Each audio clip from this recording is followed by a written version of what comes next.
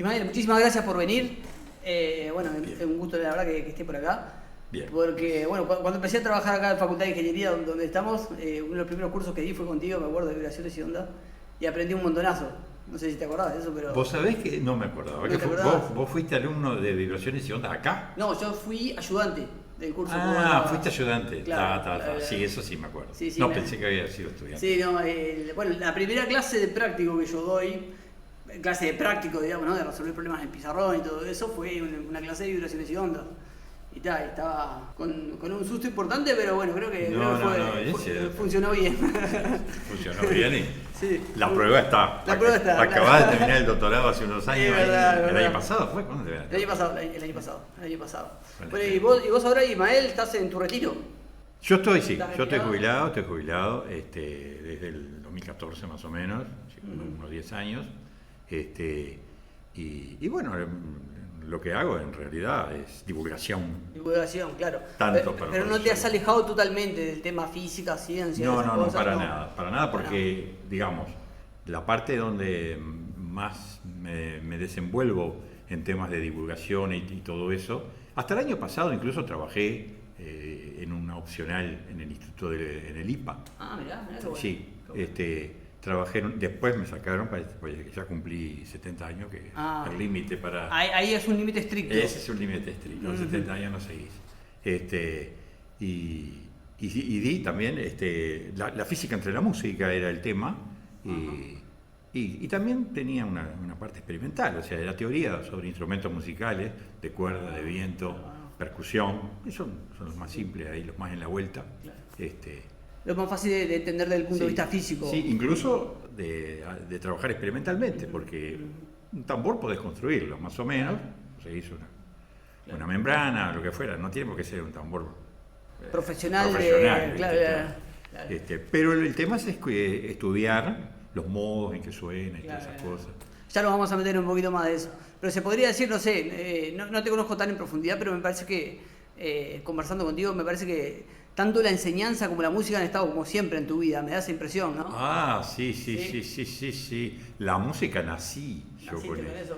Claro, porque en Tacuarembó mi madre era profesora de piano y antes en los pueblos en Tacuarembó habría 3 o 4 profesores de piano, y era muy común, las clases más bien pudientes, ¿viste? Claro.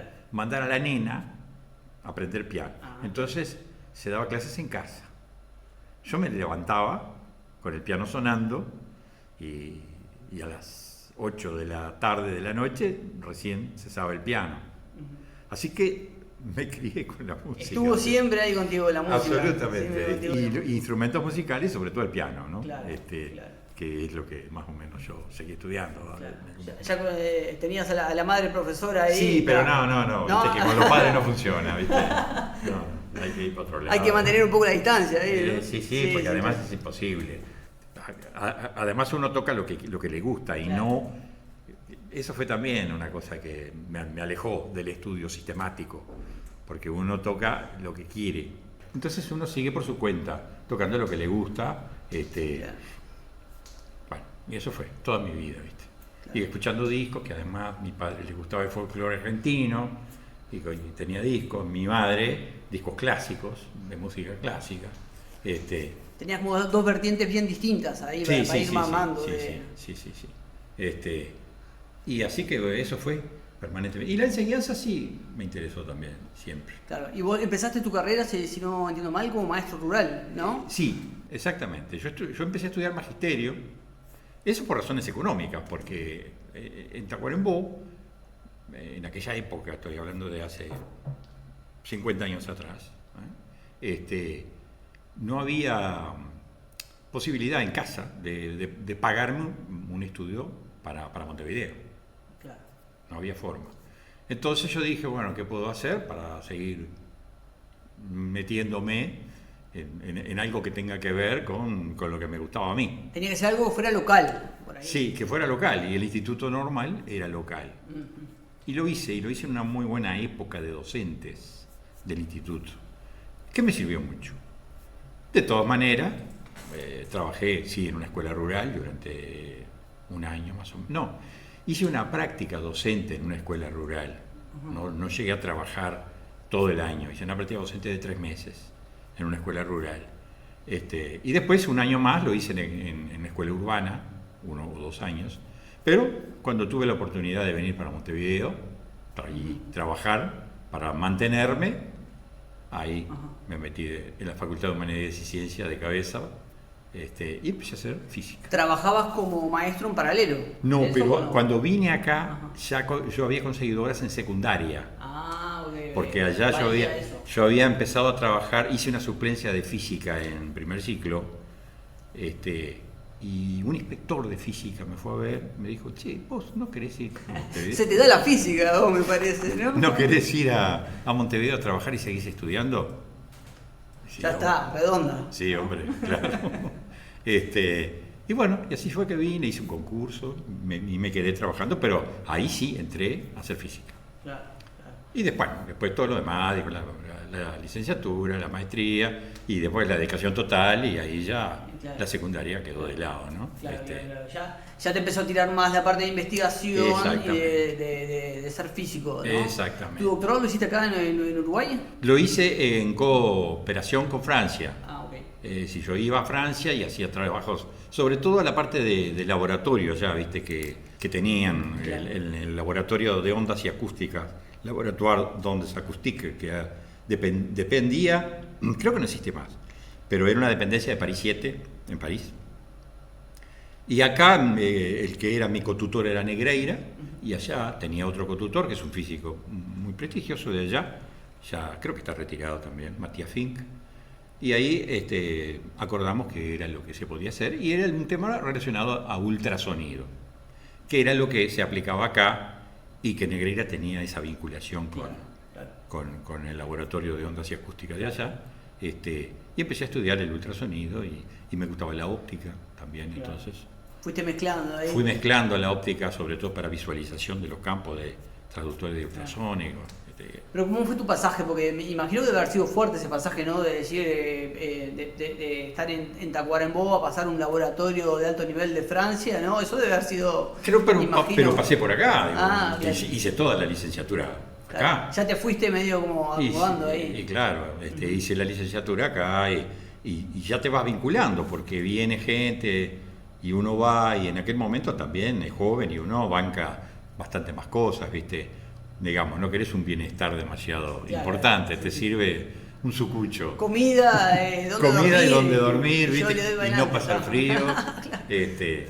Y bueno, bien, y demás, muy buena gente allá, las relaciones que hice con la gente de allá, bárbaro, ¿viste? Claro. Que además después te sirve para el resto de las cosas, como las publicaciones y todo eso, ¿viste cómo es? Y es más fácil cuando uno publica con gente de allá que ya está metido en el tema, es mucho más... Vos lo sabés bien. Sí, lo sé bien. Eso es así, ¿viste? Sí.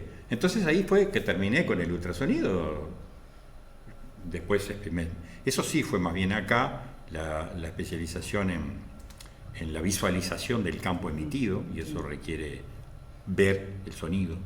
¿Pero te pareció natural para vos, imagino ya por ese background musical que tenías, irte para el lado como de la acústica, y eso era algo que ya te tiraba, me parece, ¿no? Eso, es decir, mis investigaciones fueron en el terreno de ultrasonido y en la visualización del campo de ultrasonido. Claro. Pero cuando me jubilé, como a mí me gusta la acústica, y me gusta la acústica audible más que el ultrasonido, la acústica musical, claro, empecé a meterme como hobby, claro, en el estudio de los instrumentos musicales. Y ahí seguí. No investigaciones, ¿viste? Porque para investigar en el tema, bueno, es complicado, ¿viste? Y además es un trabajo empírico muy, muy grande, ¿viste? Porque la investigación teórica, bueno, yo estoy hablando, no sé, vos no me estás preguntando nada, pero... No, yo te dejo que hables, no, esto es, digo, así, libre. Si vos querés hablar de algo, sentite libre. La investigación teórica del funcionamiento de los instrumentos musicales es un vagón pesado, ¿viste? Claro. ¿Por qué? Y porque son todos trabajos que se van transmitiendo, la construcción de instrumentos musicales se va transmitiendo por generación en generación entre los luthiers, y eso se puede hacer modelos. Es un oficio. Claro, entonces los libros de física que hay sobre el tema son en realidad hacer modelos para ver, para aproximarse lo más posible a cómo se puede modelar una guitarra, por ejemplo, acústica, para que quede, para que suene bien. Haces tu modelo, te queda genial y todo lo que quieras, pero vas a un luthier y le decís, mira, tengo este modelo que, o sea... No, yo lo hago así, está ahí. Claro. Tenés que agarrar un buen instrumento, hacerle un análisis del sonido y tratar de modelar. Necesitas cálculo numérico porque no es simplemente... Analítico no vas a ir muy lejos. Analítico no llegas a ningún lado. Claro. Analítico, ¿viste? Es muy poco. Es decir, hay ciertas cosas que analíticamente responden, ¿viste? Por ejemplo... Instrumentos como sencillos. Bueno, el cajón peruano no hay duda, es un instrumento que analíticamente responde. Mirá, claro. Y claro, porque el cajón peruano, primero, es un prisma que tiene paredes más o menos rígidas. Ahí entra un modelo, claro. Tenés que hacerle rígidas algunas y una móvil. Si es todo rígido no suena nada, todo ¿no? Rígido no saldría, claro, no sonaría. Una con cierta elasticidad, pero las formas de ondas adentro de una caja cúbica o prismática son muy sencillas. Claro. Son ondas estacionarias en coordenadas cartesianas. Las que ponemos en los exámenes de B&O. Exactamente, se ponen en los exámenes. Entonces ahí funciona bastante bien, ¿viste? Y la flauta dulce bueno, más sencillo, lo que se llama la flauta de pan, que acá en América se llama el siku. ¿Viste? No sé si escuchaste. No, la verdad que no. El siku es un montón de tubitos que lo soplan así. Sí. Está mucho en Perú, ¿no? Eso... Sí, exactamente. En los países de la zona del altiplano. Sí, el siku. Eso también es muy sencillo. Es un tubo. Claro. Entonces, la física funciona al pelo. Pues si va a sonar tal nota, soplás y suena tal nota. Claro. Pero ya si te metes en la guitarra, solo la forma de la guitarra ya te complica la vida. Claro. Porque no podés emplear una matemática sencilla para la forma de la guitarra. Ni te cuento si te metes con el violín, que también tiene lo suyo. Por la frotación es el tema del violín, porque digo, uno cuerda, ¿cómo se llama? Cuando la tocas le pegas con el dedo, digamos, ¿no? Una cosa así. Sí. Y la otra hay una cuestión de frotación, ahí me imagino que hay una sí. interacción con el arco, ¿no? Sí, medio complicada. Sí. Una de las maravillas que tiene la acústica aplicada, la física aplicada a los instrumentos musicales, es el funcionamiento del violín, la excitación de la cuerda del violín, que hace con un arco. ¿Se puede excitar la cuerda del violín solamente por la existencia de la diferencia entre el coeficiente de rozamiento dinámico y el estático? Mirá vos, a ver si te puedo meter un poco más en eso. Sí, y eso es una de las cosas más geniales, ¿no? Y que ahí la física funciona. Funciona bien. Sí, funciona. Después el sonido que sale es una combinación de cosas que tiene el violín. Pero ¿qué sucede? Que cuando vos con el arco empezás a moverlo sobre la cuerda, partís de una condición de rozamiento estático. Entonces la cuerda se empieza a trasladar a fuerza del rozamiento estático entre el arco y la cuerda. Pero como vos bien sabes, el rozamiento estático tiene un límite, un máximo. Entonces cuando la fuerza que hace la elasticidad de la cuerda llega al límite, mu por n, se despega. Claro. Entonces la cuerda el arco ya no puede arrastrarla más y vuelve para atrás. Exacto, vuelve y ahí entra el rozamiento cinético o dinámico. Entonces la cuerda vuelve y vos seguís con el arco en forma continua y la cuerda la movés de nuevo y la cuerda va y viene y vibra. Es decir, vibra bajo una fuerza que no es constante solamente por la diferencia entre los coeficientes de rozamiento. Pero la forma en que moves el arco es con una velocidad constante. Esos son los instrumentos que funcionan con cuerdas frotadas. ¿Influye también el ángulo ahí en el que vos frotás? Porque yo veo a veces, he observado eso, ¿no? Que a veces cuando, por ejemplo, el violonchelo lo veía bastante, a veces tocan así, a veces tocan en la otra dirección, como que hay una magia ahí, me parece, en el ángulo de cómo frotar. Sí, ¿sabés qué hay? No sé si es exactamente eso, pero depende bastante, hay una pequeña, bastante no, pero hay diferencia en el sonido emitido según la fuerza normal que se hace sobre la cuerda. La frecuencia depende de la velocidad con que mueves el arco, más que la frecuencia, el volumen. depende de la velocidad con que moves el arco y la fuerza normal. Entonces, posiblemente, al variar el violinista ese ángulo, está variando la fuerza normal de alguna manera sobre la cuerda. Pero lo que te voy diciendo es lo que me parece. Sí. Habría que preguntarle a un violinista o a un chelista a ver si eso realmente... A ver si eso es realmente así. Claro, porque yo imagino que te lo podrán explicar desde el punto de vista de cómo suena. Exacto, yo diría, no, mira, acá suena más así, acá suena más así. Claro. Yo no lo sé. Pero puede ser una variación de la fuerza normal.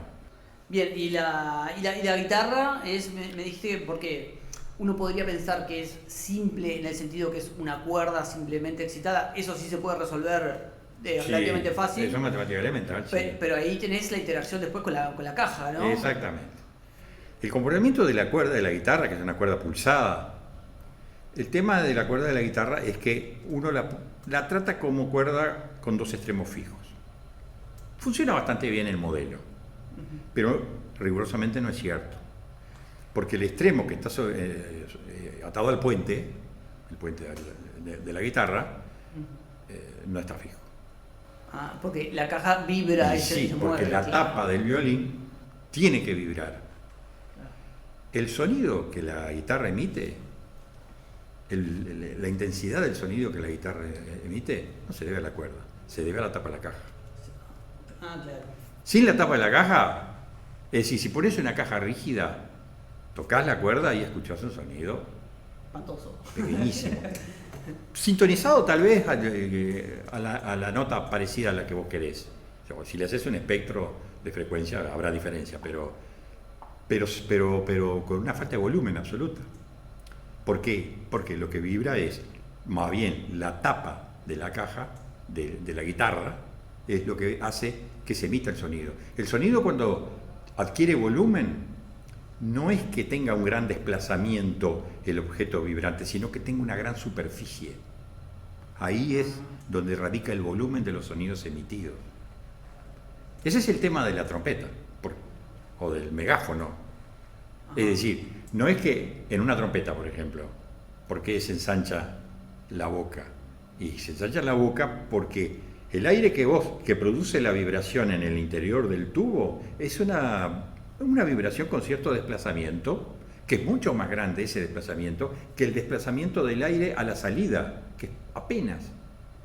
Pero el área es la que produce el volumen. Claro, y ahí tenés el frente de onda ese que vos escuchás, es el producido por esa área grande. Exacto. Sería ahí. Ok. Claro.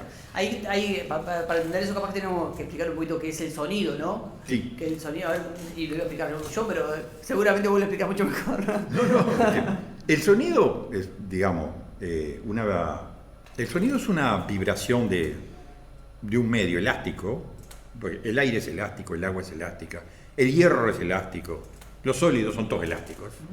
Los que no son elásticos son los rígidos, que no existen, pero los sólidos son todos elásticos. Entonces, es una vibración de las partículas, ¿no?, que mueven ese medio, y que para que se escuche como sonido, esa vibración tiene un límite de frecuencias, para que el oído nuestro la pueda captar, que es más o menos un mínimo de 20 vibraciones por segundo, lo cual se llama hertz, la unidad esa. Y unos 20.000 como máximo. Ahora, eso es un oído sano y joven. Obviamente no es el mío. Claro. El mío tampoco. Y bueno, es decir, no solamente depende de la naturaleza de cada uno, sino también de la edad y de todas esas cosas. Y de cómo lo hayas tratado también. ¿No? Exactamente. Los he tratado bastante mal en mis oídos y ahora lo estoy padeciendo. Si uno ha cuidado sus oídos, pues. Pero igual es un enorme espectro, ¿no? Entre 20 vibraciones por segundo, lo cual es lento y yo no lo oigo, pero algún oído podrá captarla. Es una vibración muy baja. Fíjate que el zumbido de los tubos de luz y de los transformadores grandes es de 100 Hz. Los transformadores eléctricos. Los transformadores eléctricos. Uno tiene, no sé, la heladera, esas cosas así. Y sí, ahí está. Cuando escuchás en los tubos de luz antiguos, porque ahora viene el LED, o sea, ya no vibra, no zumba nada, pero en los tubos de luz antiguos, que todavía hay en algunos lugares, uno escucha un zumbido. Ese es de 100. Para darte cuenta de lo que es 20 Hz. Es muy baja esa frecuencia. Es muy baja, es muy grave esa frecuencia. Y 20.000 Hz es altísimo. Poca gente oye. Ese es el sonido.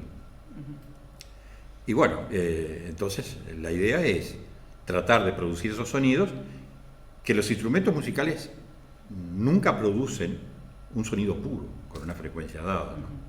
Los instrumentos musicales producen una suma. Una mezcla de distintas frecuencias. ¿Por qué? Si querés te explico más o menos por qué. ¿Por qué pasa eso?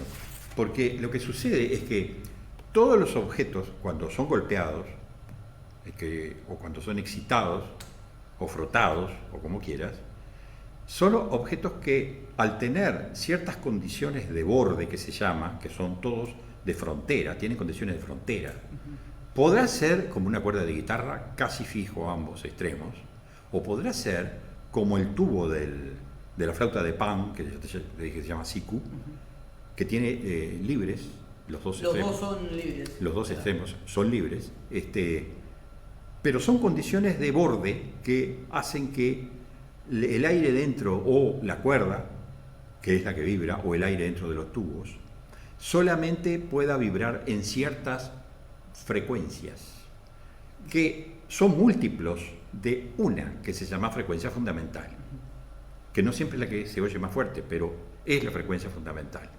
Después suena el doble, suena el triple. La frecuencia más chica, eso seguro. Es la más chica. Okay. La frecuencia fundamental es la más chica.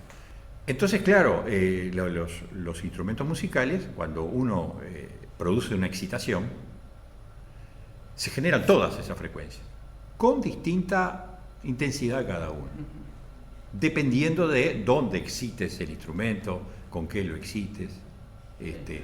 Hay ligeras diferencias en el volumen de cada uno. Pero el oído eso no lo separa. No. El oído escucha todo. O sea, dicho desde un punto de vista más físico, si yo hago la transformada de Fourier de eso, vería esas diferencias, ¿no? El espectro siempre va a contener un cierto número de frecuencias y son características del instrumento. Esas. A esos sonidos es justamente lo que se les llama los sonidos musicales, los sonidos que pueden componer una melodía, cuando hay un sonido fundamental y múltiplo de él.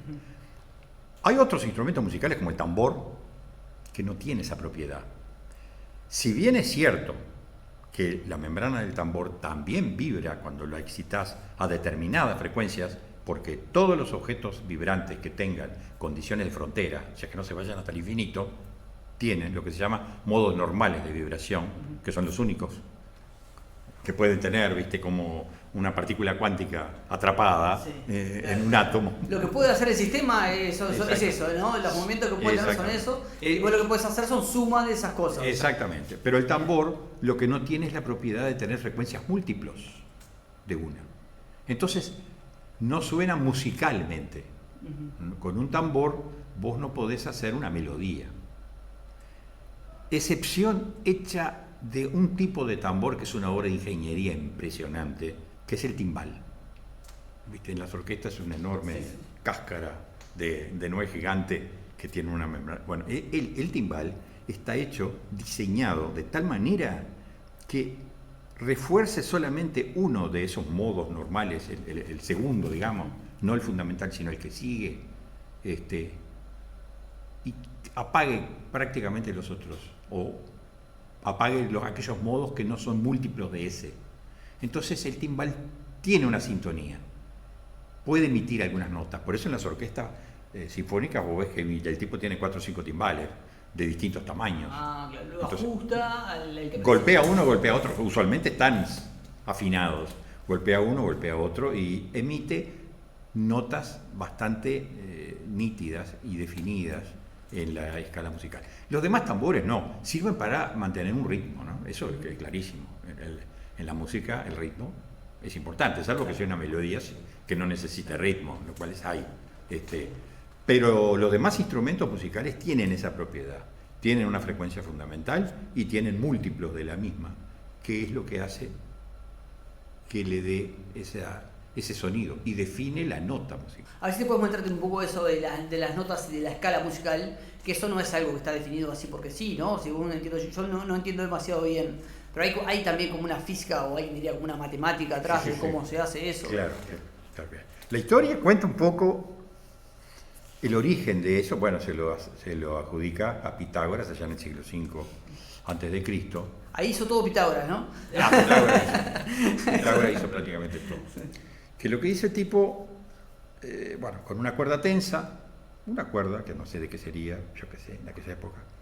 La cuerda tensa en la época de los griegos se lograba atando un extremo al árbol y colgándole en el otro extremo una pesa grande. Esa es la tensión. Los tipos no tenían cómo medir nada. Y menos los griegos, viste que no medían nada, salvo algunos. ¿Que no medían nada? Y viste que, digamos, la posición filosófica de los griegos era más bien metafísica. Pero bueno, eso es una exageración. Supongo que Pitágoras medía longitudes de cuerda y todas esas cosas. Entonces Pitágoras lo que hizo, cuenta la historia leyenda, que con una determinada cuerda la hizo vibrar. Tampoco tenía resonancias ni cajas, pero suena algo. La hizo sonar y encontró un cierto sonido.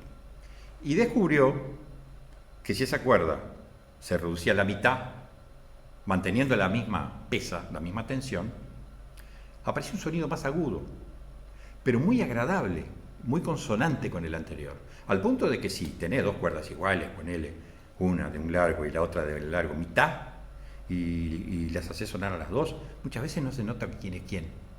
Mirá. Pero la cuerda más corta tiene un sonido muy agradable con la cuerda doble longitud, pero más agudo, mucho más agudo. Y así Pitágoras dijo qué lindo esto, y prosiguió y tomó la cuerda original, 2/3 de la cuerda original, y sonó de otra manera, que no era ni el agudo de la cuerda corta, ni el grave de la cuerda larga, pero era agradable también.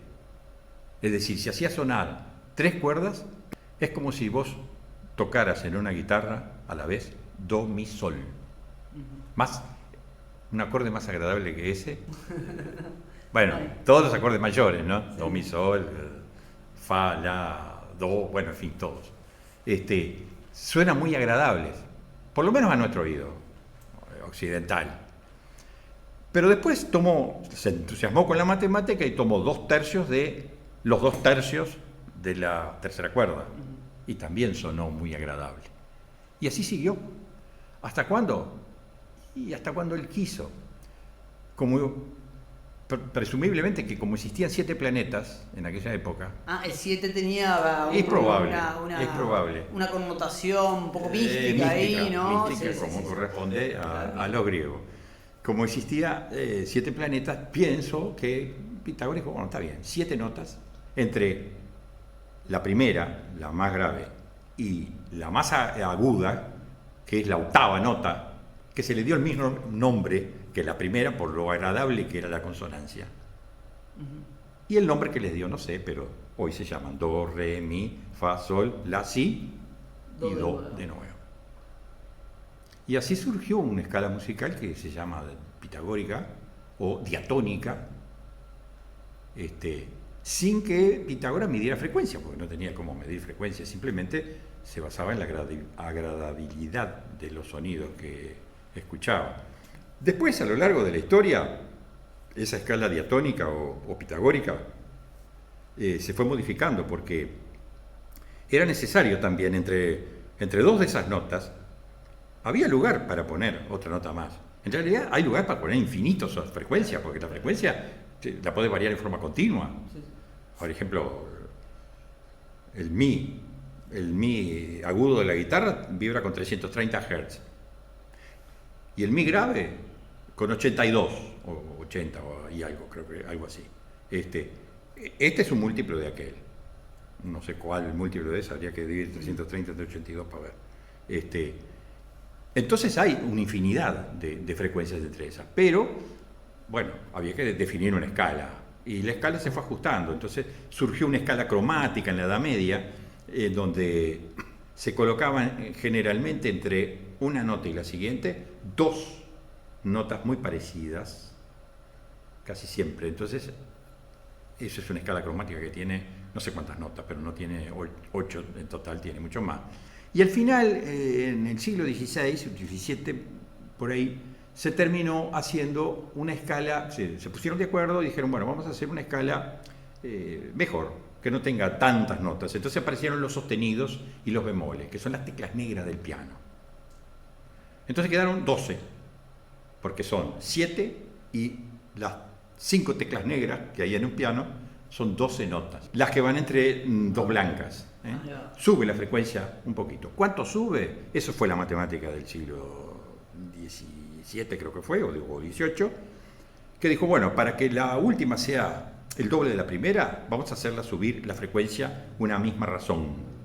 Y fue raíz de 12, multiplicar la anterior por raíz doceava de 2. Raíz Doceava de 2. Wow. Porque si multiplicas la primera por raíz doceava de 2, te da la nota del semitono siguiente, que es un bemol o un sostenido, digamos, ¿no? Porque subís, no es un bemol, es un sostenido, puedes subir. Esa frecuencia por raíz doceava de 2. Si multiplicas esa por raíz doceava de 2, te queda raíz doceava al cuadrado.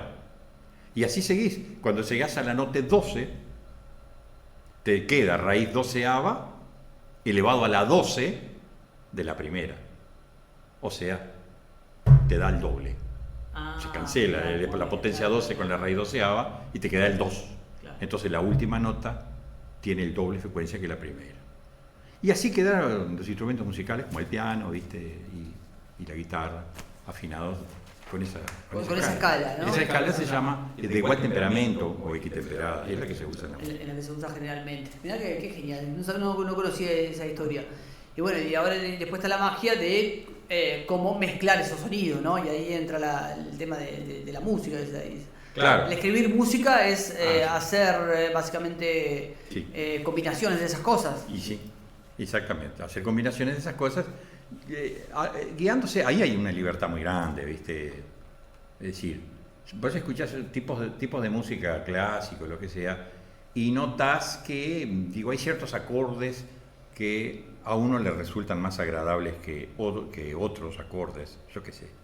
Por ejemplo, como yo te digo, si alguien sabe música, si vos tocas do, mi, sol, ya sea en la guitarra o en el piano, do, mi, sol, suena un acorde precioso. Si tocas do, re, mi, tocas 3 notas también y no pega. Entonces, toda la música... Hay como ciertas reglas, no sé si escritas o no escritas, pero... Y no, ¿sabes por qué? Porque la música moderna, que yo le doy paso, pero no la entiendo mucho, sí, tiene muchas disonancias. Y bueno, es lo que se puede poner de moda. Disonancias puede ser que alguien toque do, re, mi, así, ¿viste? Es un poco, capaz que como... a propósito de romper las reglas. Y probablemente. Y de contra de lo... Pero tiene éxito, tiene cierto éxito. Eso pasa en la pintura, ¿no? ¿Eso cómo? Pasa en la pintura. Ok, claro. Sí. Porque eso te iba a preguntar, porque hay una componente muy subjetiva ahí, total, ¿no? De la cosa. Entonces, capaz que uno dice, bueno, me resulta agradable o no agradable, pero puede ser porque vos estés acostumbrado también a esas cosas. Exacto. No, depende de cada civilización. Porque incluso los orientales no tienen la misma escala musical que nosotros. Claro. Y algunos temas orientales son muy sencillos, tienen pocas notas, pero resultan agradables, ¿viste? Tocadas con los instrumentos que usan los orientales. Eso que uno reconoce, esto parece japonés o parece chino, ¿viste? Tin, tin, tin, pero una escala musical ligeramente distinta de la nuestra. Así que eso depende de la civilización, de la cultura de cada población. Hay gente que hace música o un tipo de música, yo qué sé, golpeando tanques. Los tanques se pueden, un instrumento, perdoné que me acordé de otra cosa, el hang. El hang. Sí, te iba a preguntar, es espectacular. El hang es un instrumento musical extraordinario, a mí también, me sorprende enormemente. ¿Por qué? Según Nico Arnicho, Nico Arnicho es el que yo se lo conocí, creo que lo introdujo él, es un hanguista muy conocido en Uruguay, que es uruguayo. Lo que a mí me sorprende es que exista una pieza sola que pueda emitir distintas notas, porque es una pieza metálica. Creo que si uno se pone a estudiar el diseño del hang, tiene física para rato, ¿no? para investigar muchísimo, ¿viste?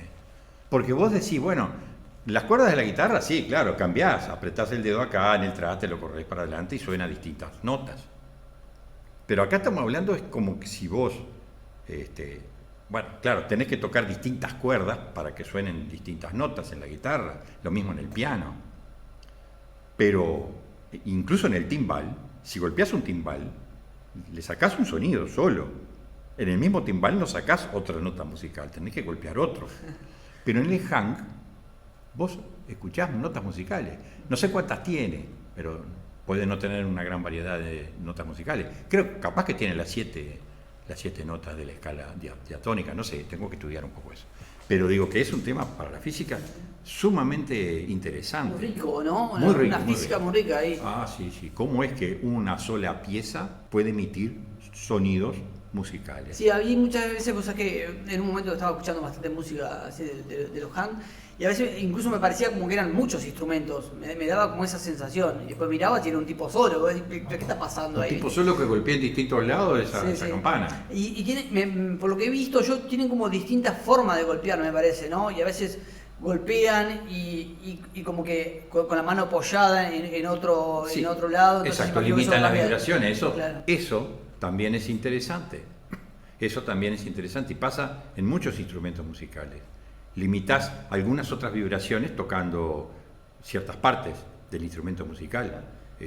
Eso es propio. Claro, que desde el punto de vista físico estás cambiando la condición de borde, imagino. Ahí, exacto, ¿no? Una cosa así. Estás introduciendo nuevas condiciones de borde. Bueno, Ismael, sí, es verdad que existen las escalas y eso, la música es una combinación de esas cosas. Pero eso como desde un punto de vista muy físico me parece, ¿no? Porque decir que la música es eso me parece que es un error, ¿no? Porque la música me parece que sí, es como se hace, pero también es como se interpreta desde el punto de vista del que lo escucha, ¿no? Sí. No, es que, a ver, decir, que la música es eso, no. Yo no dije eso, nada, nunca dije nada, dije, hay música moderna. No, eso lo digo yo. Sí, no, por eso digo, hay música moderna, buena.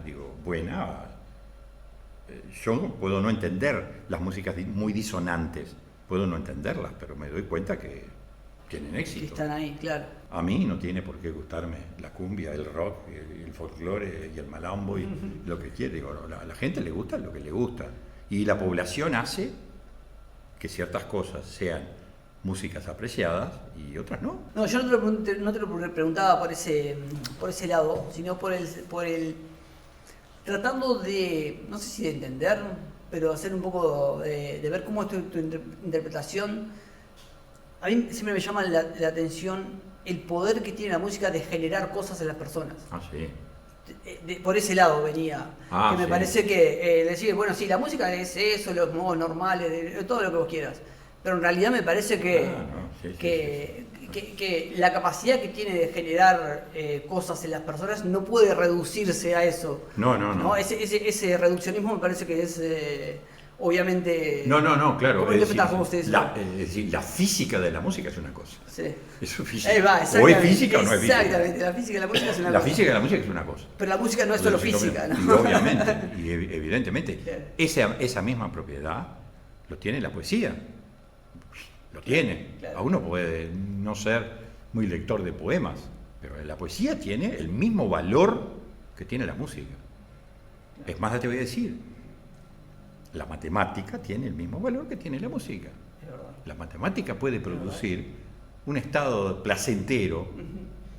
Por eso muchos matemáticos o físicos cuando llegan a una ecuación dicen que la demostración ha sido muy elegante. Sí, Sí, es muy elegante. Los tipos ven elegancia en lugares donde otros no vemos o no ven. Sí.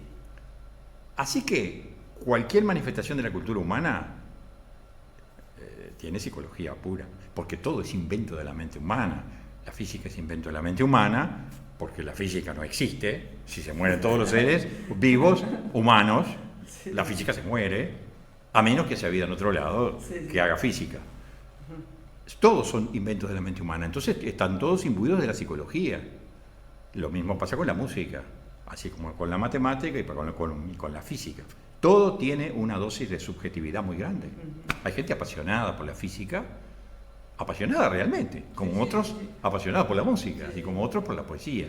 que encuentran un goce parecido, ¿no? A como alguien puede estar haciendo música, simplemente haciendo física. No y sé. eso nos hace que estemos orgullosos de nosotros mismos, que tengamos la satisfacción de esas manifestaciones culturales y que además distintos pueblos tengan distintos gustos, pero todos ven allá algo más allá de la física en la música. Sí, el músico no tiene por qué saber un comino de física. ¿Qué sabe un eximio guitarrista? Puede saberlo si quiere.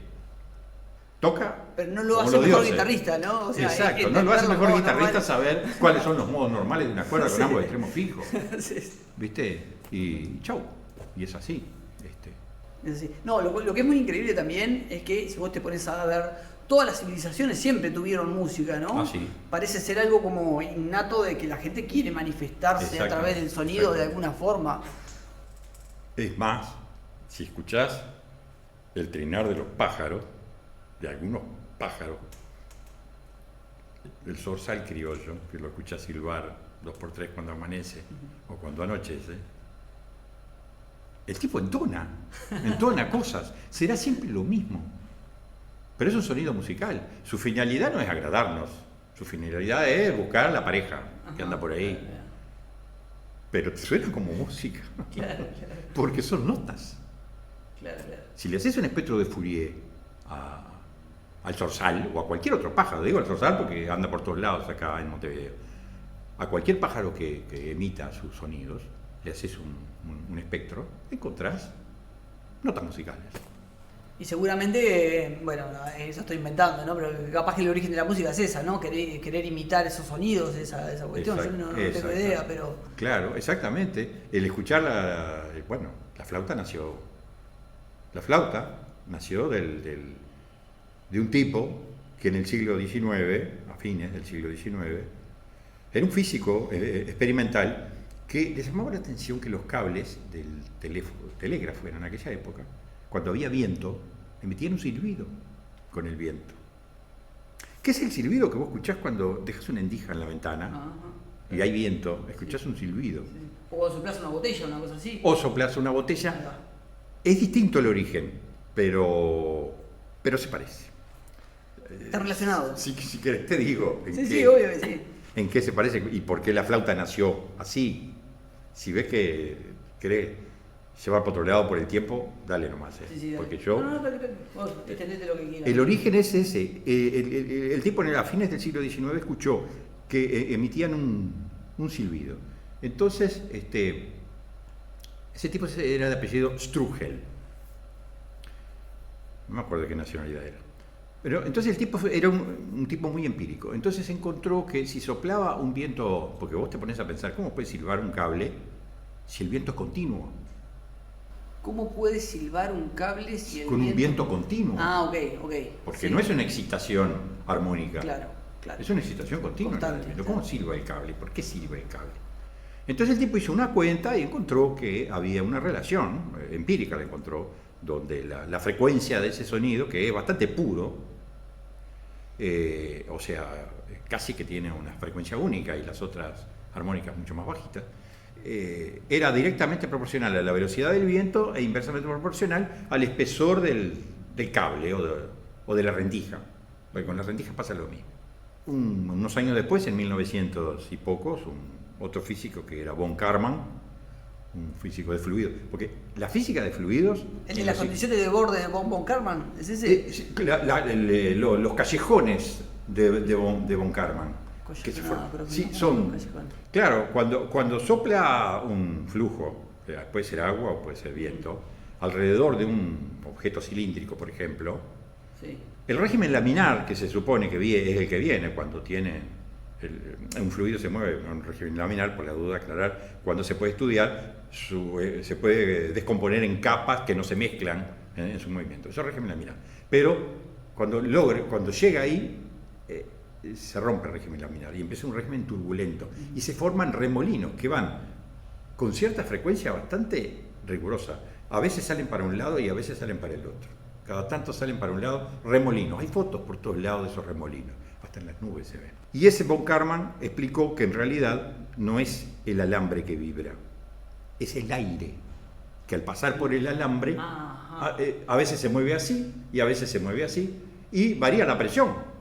Cuando se mueve de una manera, la presión va para un lado, y cuando se mueve de la otra manera, la presión aumenta hacia el otro. Entonces, y el sonido es una presión que se transmite. Claro, y eso hace vibrar el cable por una diferencia de presión. Exactamente. No, el cable no es el que emite el sonido. ¿Ah, no? No es el cable, es el aire.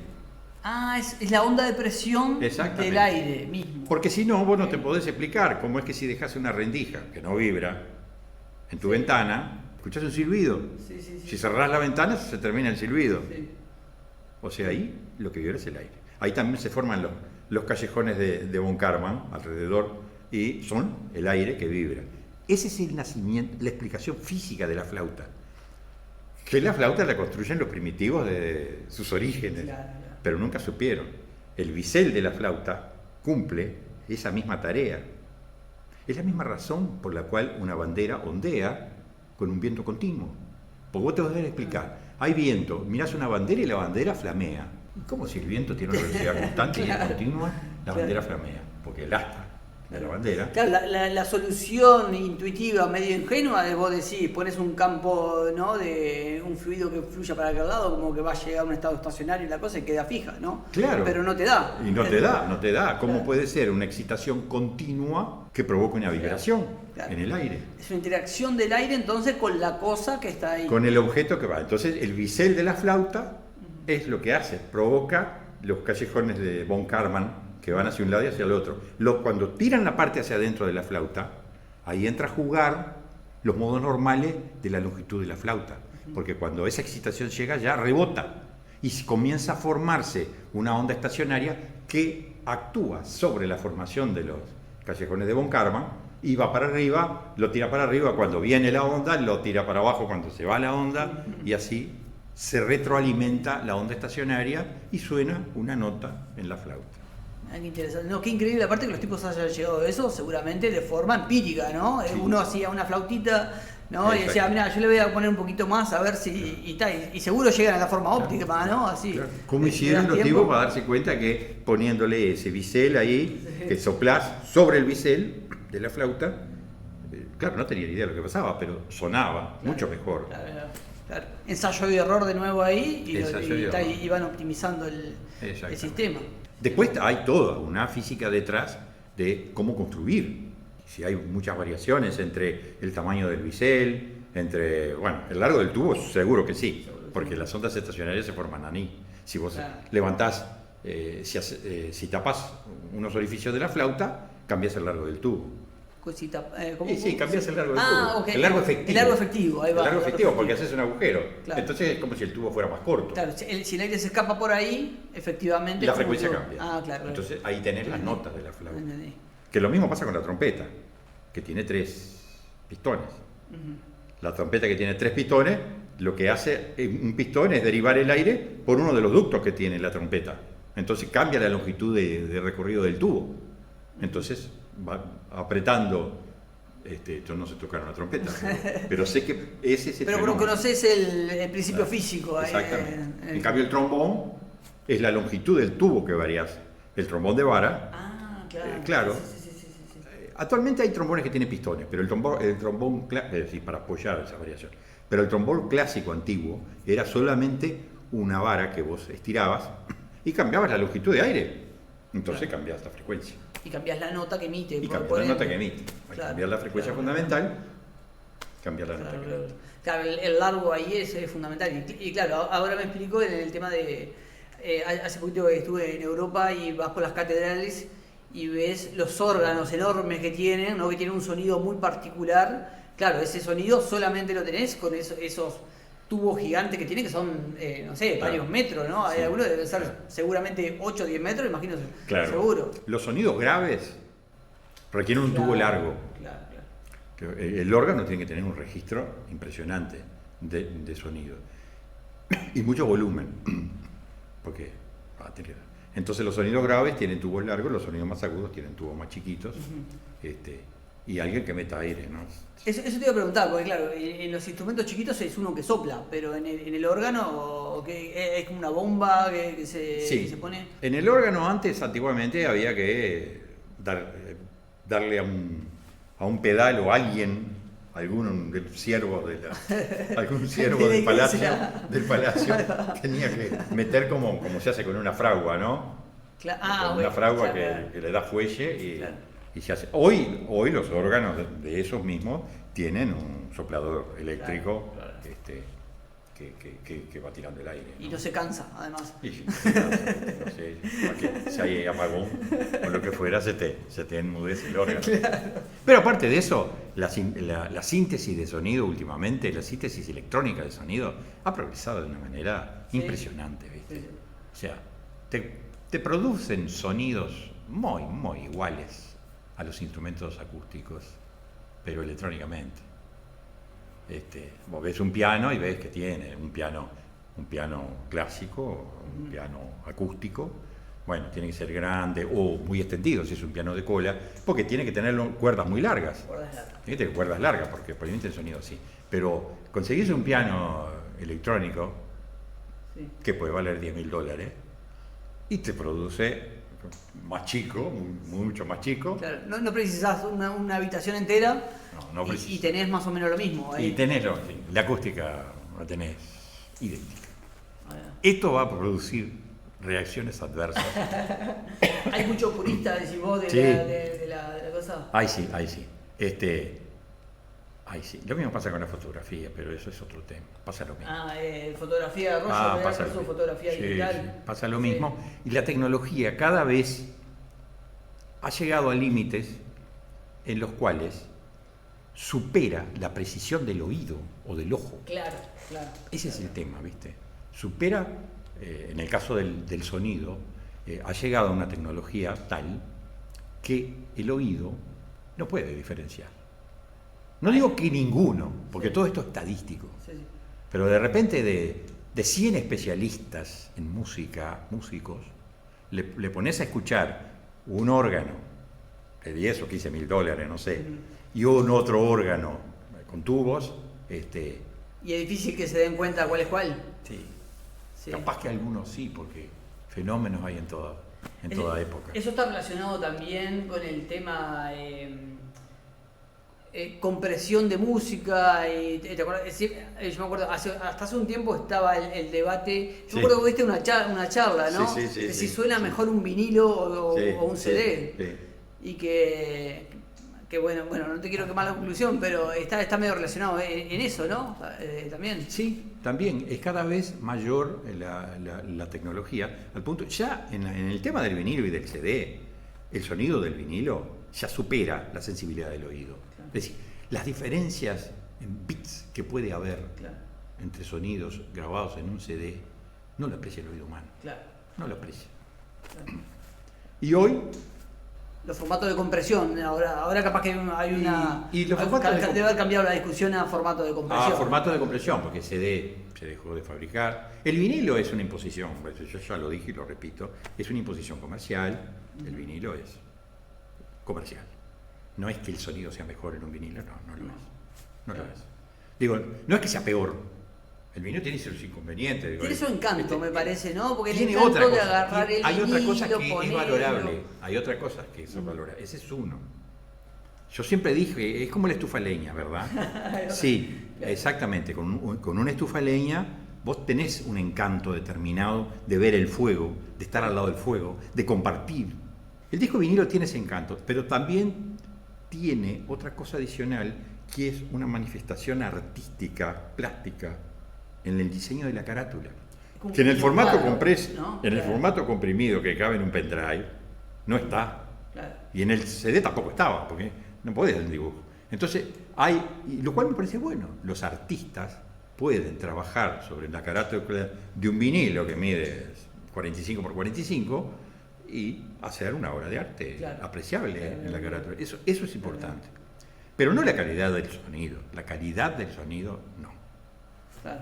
Sí, yo me acuerdo de haber escuchado muchas veces discusiones de artistas famosos, de toda la discusión que tenían alrededor de cómo iba a ser la carátula del disco, ¿no? Claro. Que no era una cosa que decía, trajimos a un artista de no sé dónde y nos hizo una que no nos gustaba mucho porque no iba con el espíritu del disco, entonces después vino otro y no sé qué, no sé cuánto, y después encontramos una que vos decís.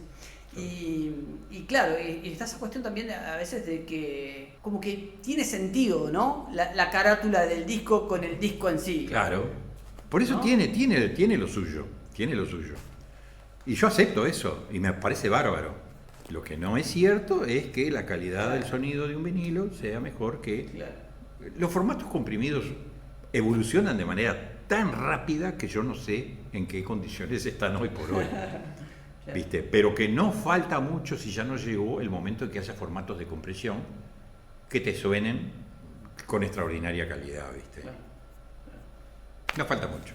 Como te dije, con la fotografía pasó. Hacía 20 años o 30, la fotografía digital no alcanzaba la resolución de la fotografía analógica, química. Hoy sí. Hoy tenés la electrónica, los sensores SD o los CMOS o lo que vos quieras. Es espectacular, lo que hacen las cámaras actuales es espectacular. Sí, tiene resolución altísima. Y hay una cuestión práctica también de que puedes sacar todas las fotos que quieras. Exactamente.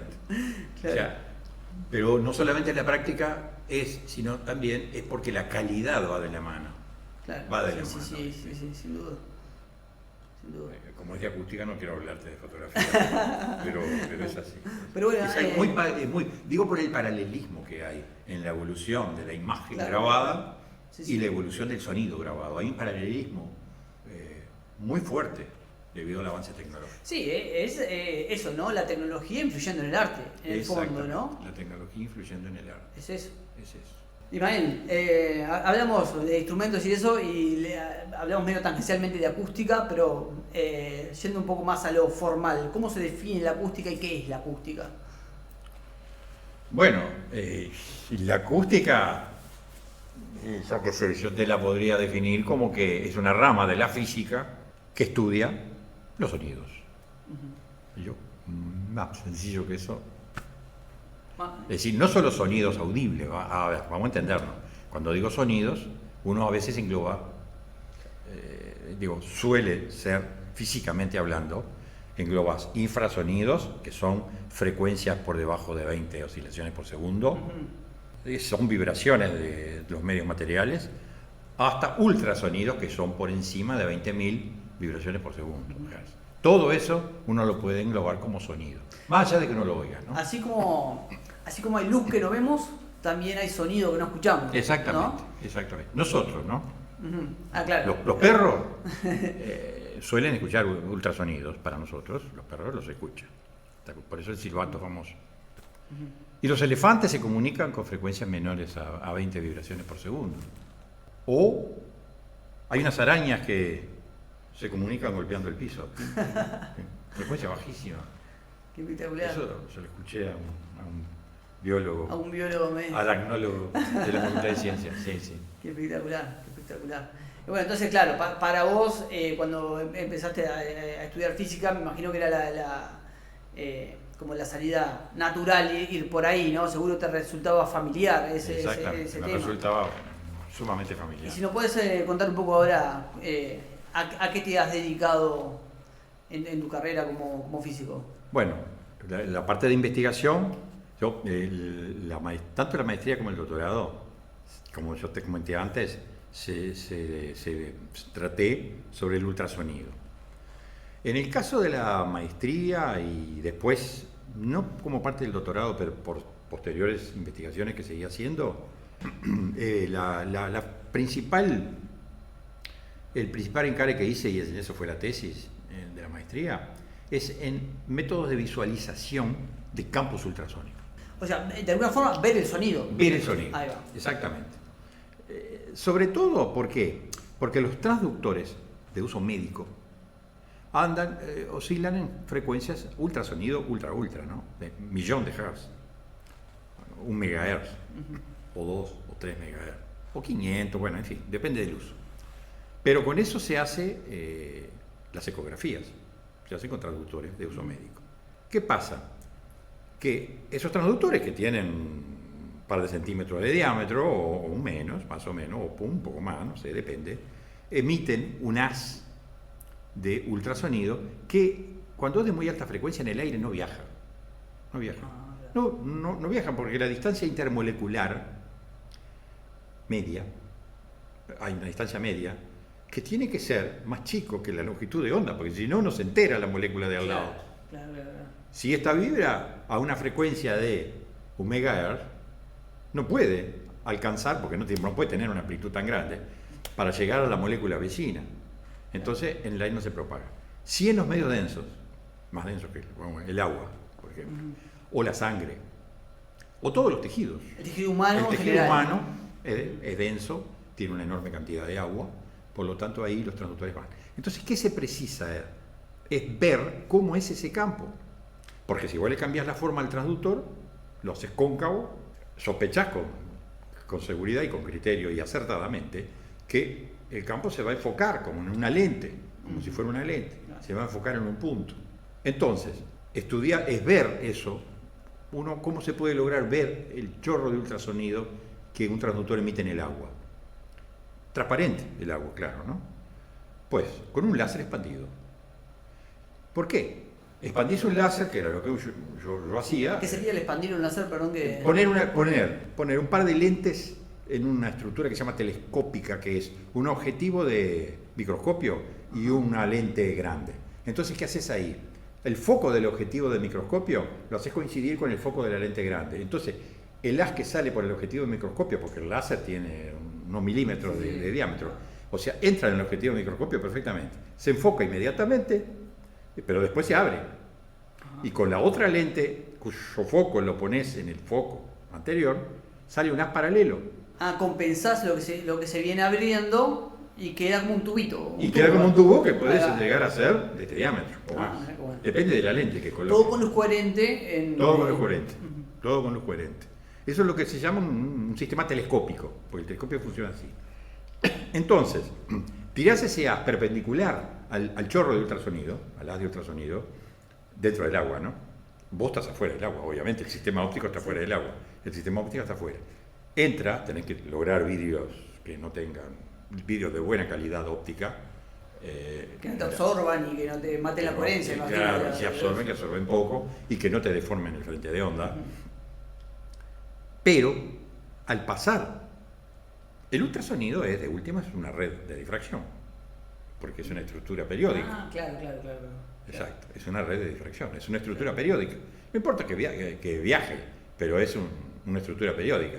Entonces, ¿qué sucede con eso? El índice de refracción de la luz cambia en las zonas de más presión. El índice de refracción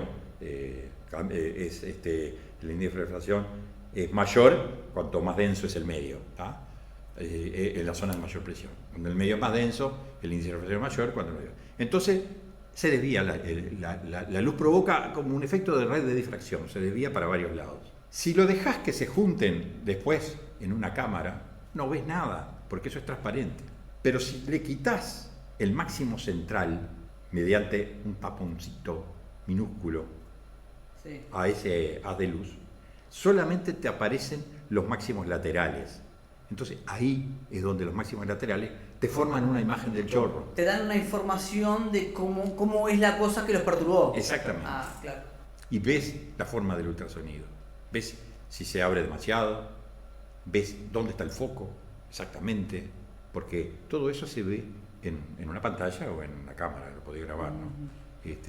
Y eso fue un trabajo bastante grande, y eso también es un ataque teórico bastante interesante. El método es muy similar al que usa la gente en el IFIA para visualizar flujos. Es una variación en el índice de refracción. Vos que querés estudiar el perfil del ala de un avión, le tirás aire y podés tirarle humo, pero si le tirás, iluminás eso, bueno, pues entonces podés ver que varía con un sistema similar que se llama método de campo oscuro, por ejemplo, podés ver hacia dónde, qué pasa con la densidad del aire en esos lados y en otros lados. Bueno, en el caso del ultrasonido, sucede eso, se ve el perfil del campo.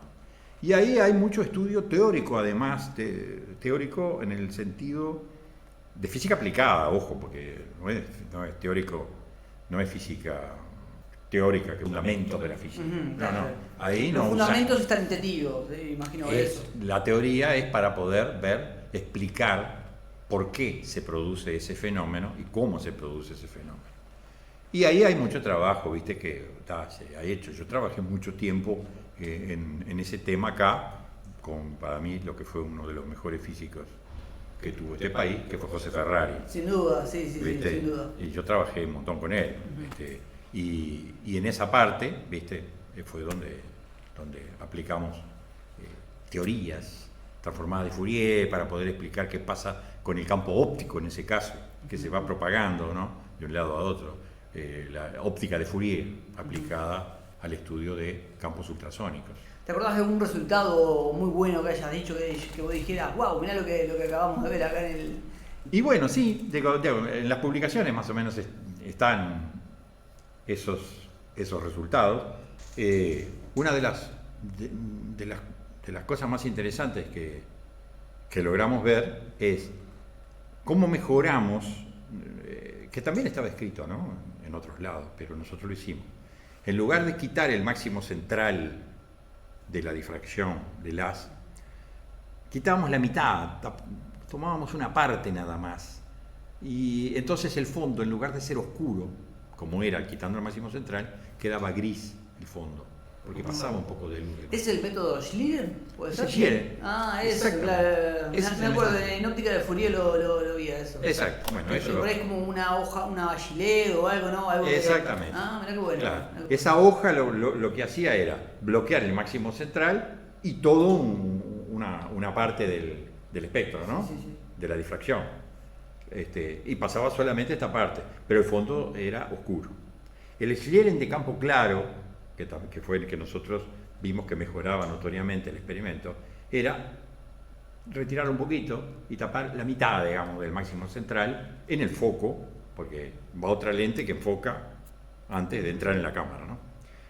Tapar la mitad de ese foco y aparecía un campo claro, que resultó proporcionar mayor información sobre las curvaturas que tenía, porque claro, la difracción del haz de ultrasonido, ahora estoy hablando, también es como la óptica, es decir, aparecen curvas porque no es infinito, el transductor tiene un diámetro, entonces provoca su difracción.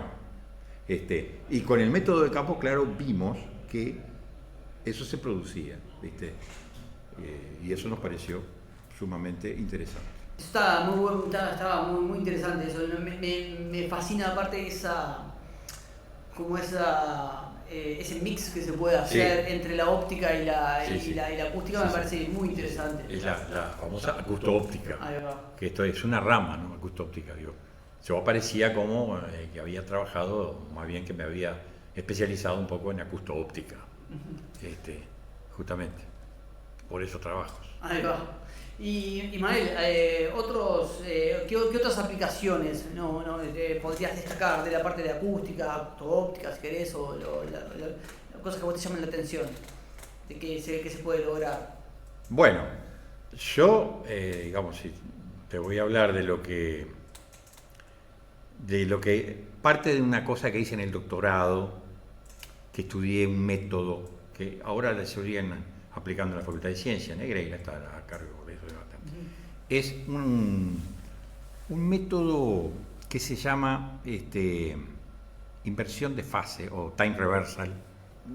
Los franceses se utilizaron mucho, yo creo que Matthias Fink fue uno de los franceses que trabaja ahí en el laboratorio de ondas y acústica, que lo implementó y lo desarrolló.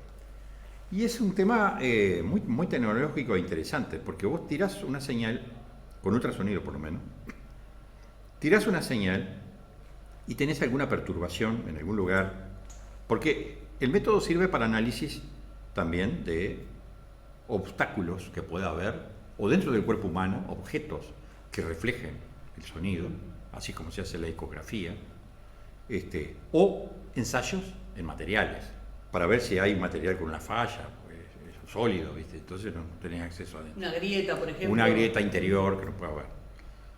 Tirás un haz de ultrasonido y cuando llega ahí se refleja, se desparrama por todos lados, se refleja en el objeto. El mismo transductor, que siempre es traductor, detector, emisor, detecta ese pulso. Tirás un pulso, ¿no? Ojo, no tirás una señal continua, tirás un pulso. Detecta ese pulso, lo guarda en la computadora y lo invierte Es decir, lo que llegó en el tiempo. Lo invierte en el tiempo. Lo que llegó primero lo tira por último, lo que llegó por último lo tira por primero.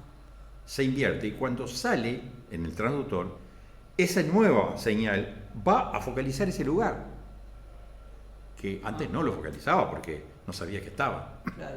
Pero la inversión hace que se focalice en ese lugar y eso hace que se refleje con más intensidad el sonido, porque le llega una señal concreta a ese lugar. Claro. Lo volvés a invertir y la volvés a tirar y tenés una señal más fuerte, más fuerte. Entonces, eso, por ejemplo, se puede usar en la litotricia, que creo que se usa. La litotricia es la destrucción de piedras en la vesícula, ¿viste? Piedras biliares. Yo pensé que lo rompe con ultrasonidos. Claro. Claro. Pueden hacerlo, no sé acá cómo lo hacen, pero, y no sé si en este momento está implementada para uso general, pero la técnica de la inversión temporal sirve porque vos vas tirando una señal que cada vez se focaliza más, y justo ahí. Y no es que va y pegues en un hueso de costado y nada por el estilo. Pega en la piedra. Entonces, claro, no tenés peligro de dañar tejido que esté cerca. Porque el tema de la inversión temporal hace que el campo se focalice siempre en el mismo punto y cada vez con mayor intensidad. Eso es muy rápido además, no tenés que tener un sistema tac, tac, tac, tac, te va tirando los pulsos invertidos. ¿Viste? Cosa que en pocos segundos lográs una gran intensidad sonora en ese punto. Bueno, ese es uno.